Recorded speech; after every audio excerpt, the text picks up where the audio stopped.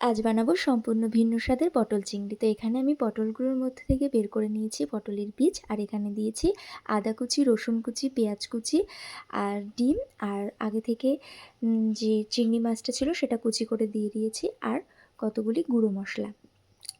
এখানে ফ্রাই প্যানে নিয়ে নিয়েছি তেল। তেলের ওপর এবার এক এক করে পটলগুলো দিয়ে যে পুরটা তৈরি করেছি সেটা দিয়ে নেব, দিয়ে এটাকে ভেজে নেব। হালকা লাল লাল করে ভেজে নেব, আর পটলগুলো যাতে সিদ্ধ হয়ে যায় সেটা দেখে নেব। এটা ভাজা হয়ে গেলে একটা কড়াইয়ে আগে থেকেই তেল গরম করতে দিয়েছিলাম, তার মধ্যে দিয়ে দিয়েছি গোটা গরম মশলা আর জিরে। সেটাকে বেশ ভালো করে নাড়াচাড়া দিয়ে নেওয়ার পর আগে থেকে করে রেখেছিলাম আদা, রসুন, পেঁয়াজ আর কাঁচা লঙ্কা পেস্ট, তো সেটা দিয়ে দিয়েছি। তার মধ্যে স্বাদ মতো লবণ, হলুদ দিয়ে ভালো করে নাড়াচাড়া করে নিয়েছি।